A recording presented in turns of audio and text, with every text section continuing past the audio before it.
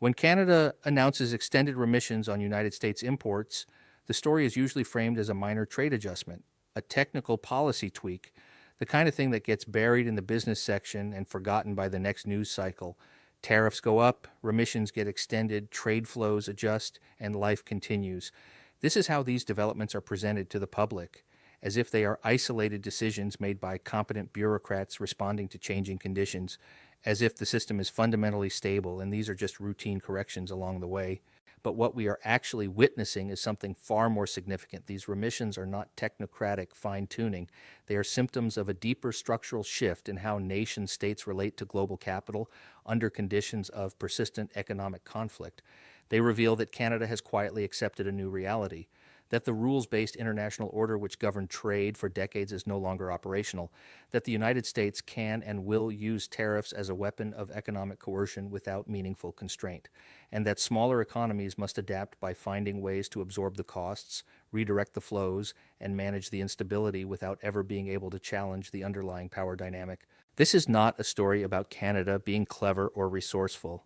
It is a story about subordination, about what happens when a mid-sized economy realizes that its largest trading partner no longer views trade as a mutual benefit to be governed by shared rules, but as a zero-sum competition to be won through unilateral pressure.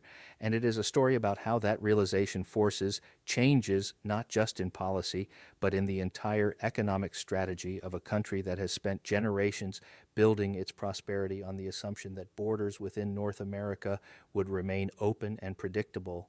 To understand why these remissions matter, you have to understand what they actually do. When the United States imposes tariffs on imports, those tariffs raise costs for American consumers and businesses, but they also raise costs for anyone who uses American goods as inputs into their own production. If you are a Canadian manufacturer who relies on steel from Pennsylvania or auto parts from Michigan or machinery from Ohio, those tariffs hit you directly. Your costs go up, your competitiveness declines, and if you cannot absorb those costs or pass them on to customers, you either cut wages, cut jobs, or shut down. A remission is a tool that allows the Canadian government to offset those tariffs by reducing or eliminating duties on goods that are imported specifically for use in production. It is essentially a subsidy. The government takes on the cost that would otherwise fall on the company, and by doing so, it keeps the company viable. It preserves the job. It maintains the supply chain. But it also means that Canadian taxpayers are now paying for the consequences of American trade policy. The cost has not disappeared. It has simply been transferred from the private sector to the public sector. This might seem like a reasonable response. After all, if the alternative is factory closures and mass layoffs, using public funds to keep production running makes sense. But the deeper you look, the more unsettling the logic becomes. Because what Canada is doing is not solving the problem. It is managing the symptoms. It is absorbing the punishment. And in doing so, it is implicitly accepting that this is now the permanent condition, that tariffs are no longer temporary disruptions to be negotiated away, but structural features of the trading relationship that must be endured indefinitely. This represents a fundamental break from the way trade was supposed to work under the post-war liberal order. The whole point of agreements like the General Agreement on Tariffs and Trade, and later the World Trade Organization, was to create binding rules that would prevent exactly this kind of unilateral economic aggression. Countries were supposed to negotiate tariff reductions collectively. They were supposed to submit disputes to neutral arbitration. They were supposed to treat trade as a positive-sum game where everyone benefits from lower barriers and increased exchange. But that system depended on the United States being willing to uphold it. And over the past decade, it has become increasingly clear that the United States is no longer willing. Both political parties now view tariffs as legitimate tools of economic policy. Both parties compete to show they are tough on trade. Both parties treat the interests of domestic industry as more important than the principles of free trade. And both parties have concluded that the rules-based system constrains American power more than it benefits American workers. This shift did not happen overnight. It has been building for decades. It is rooted in the fact that the benefits of trade liberalization were never distributed evenly. While consumers enjoyed lower prices and corporations enjoyed higher profits, entire regions of the United States saw their industrial base collapse. Towns that had been built around manufacturing were gutted. Workers who had spent their lives developing skills that were suddenly worthless found themselves unemployable. and the promise that free trade would create new opportunities to replace the old ones turned out to be hollow. The political establishment told these workers to retrain, to move, to adapt. But retraining for what? Moving where? The new jobs that were created were either low-wage service positions or high-skill knowledge work that required education most displaced workers did not have. And the places that were hit hardest were precisely the places with the weakest infrastructure, the worst schools, and the least access to capital. So the promise of adaptation was not a real solution. It was an excuse, a way of saying that the system worked fine, and if you were suffering, it was your own fault for not keeping up. This is the context in which tariffs became politically popular. They are not popular because voters suddenly developed a sophisticated understanding of trade economics. They are popular because they are perceived as a way of punishing the system that abandoned them. If trade deals destroyed our towns, then tearing up trade deals will bring them back. If corporations moved our jobs overseas, then tariffs will force them to move the jobs home. The logic is simple, and like most simple political logic, it is wrong. Tariffs do not bring back the factories that closed 30 years ago. They do not restore the economic models that globalization destroyed. What they do is create friction, they raise costs, they disrupt supply chains, and they force other countries to respond. And when those countries respond, the result is not a return to some imagined past. The result is a new equilibrium, one where costs are higher, trade is more politicized, and smaller countries are forced to spend public resources managing the instability created by larger ones. This is exactly what Canada is doing with these remissions. It is managing instability, it is absorbing costs, and it is doing so because it has no other choice. Canada cannot retaliate effectively against the United States. The economies are too asymmetric. 75% of Canadian exports go to the United States. Less than 20% of American exports go to Canada. If both countries impose tariffs, Canada suffers far more. So Canada cannot win a trade war. It can only try to minimize the damage. And minimizing the damage means finding ways to keep supply chains functional even when the underlying conditions have become hostile. It means extending remissions so that manufacturers can still access American inputs without going bankrupt. It means negotiating carve-outs and exemptions on a case-by-case basis. It means spending political capital to maintain relationships that used to be automatic. And it means accepting that the old framework is gone and the new framework is whatever the United States decides it will be on any given day. This is not sovereignty. This is adaptation to subordination. And the fact that it is being done skillfully does not change what it represents. Canada is a wealthy country with strong institutions and significant economic resources. If Canada is being forced into this position, imagine what is happening to countries with less leverage. Imagine what is happening to Mexico, which is even more dependent on access to American markets and even more vulnerable to political pressure. Imagine what is happening to smaller economies in Central America or Southeast Asia that have no choice but to accept whatever terms are offered. The structure of global capitalism makes this kind of coercion almost inevitable. Capital is mobile. Production is fragmented. Supply chains span continents. And in that environment, the countries that control the largest markets have enormous power. They can impose costs on others simply by restricting access, and those costs are not symmetrical. The pain felt by a small open economy when it loses access to a major market is far greater than the pain felt by the major market when it loses access to that small economy. This is why the rhetoric about bringing manufacturing back through tariffs is so misleading.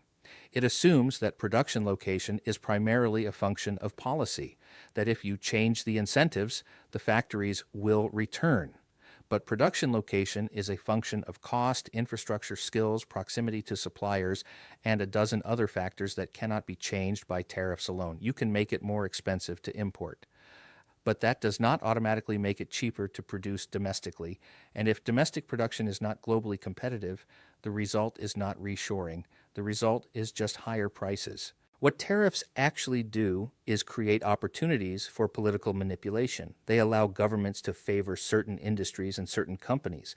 They create rents that can be extracted through lobbying. They generate exemptions and carve-outs that become tools of political patronage. And they shift costs in ways that are hidden from public view. When Canada extends remissions to offset American tariffs, Canadian taxpayers are subsidizing the cost structure of Canadian manufacturers. But that subsidy is invisible. It does not show up as a line item in the budget. It shows up as foregone revenue, as tariffs that could have been collected but were waived. And this is where the media framing becomes so important, because the story is never told this way. The story is told as Canada being smart, as Canada finding creative solutions, as Canada successfully navigating a difficult environment. And all of that is true in a narrow sense, but it obscures the larger truth, which is that Canada is being forced to spend public resources to compensate for the failures of a trading system that it did not break and cannot fix. The workers who are affected by this understand it intuitively, even if they cannot articulate it in economic terms. They see that their jobs are precarious. They see that the companies they work for are dependent on supply chains that could be disrupted at any moment by political decisions made in another country. They see that their government is doing everything it can to hold things together, but that the fundamental problem is beyond its control. And they see that the system is not working in their interest. This is the quiet crisis of the current moment, not the loud, dramatic crisis of factory closures and mass layoffs, though those happen too, but the slow, grinding crisis of insecurity, of knowing that the ground beneath you is unstable, of knowing that the rules can change without warning, of knowing that you are expendable in a way that capital is not, because capital can move. If tariffs make production in Canada uncompetitive, capital can relocate to Mexico or Vietnam or wherever costs are lowest. If political instability makes one market unattractive, capital can flow to another. Capital does not have a nationality. It does not have loyalty. It has only one obligation, which is to generate returns for its owners. And in a global system where borders are porous for investment but rigid for labor, capital always has options. Workers do not have options in the same way. You cannot simply move your family to another country because tariffs have made your job unviable. You cannot retrain for a new career in your 50s with a mortgage and children to support. You cannot diversify your labor the way investors diversify their portfolios. You are embedded in a place, in a community, in a set of relationships that cannot be liquidated and redeployed at will. And so when the system becomes unstable, you bear the cost in ways that are permanent and irreversible. This asymmetry is not accidental. It is structural. It is the result of decades of policy choices that prioritized capital mobility over everything else. That treated investment flows as the measure of economic success. That assumed that if you made it easy for corporations to operate globally, prosperity would trickle down to everyone else. And for a while, in some places, it did.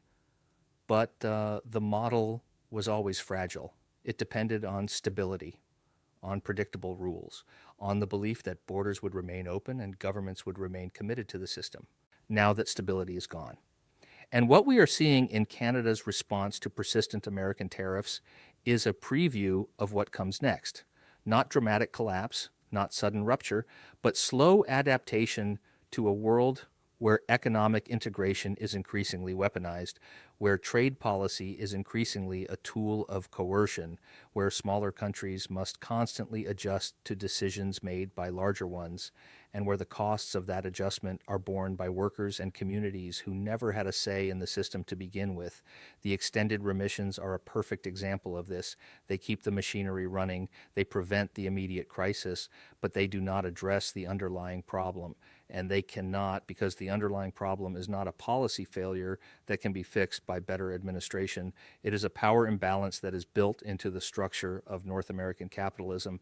Canada is a wealthy country. It has resources, it has institutions, it has leverage that most countries do not.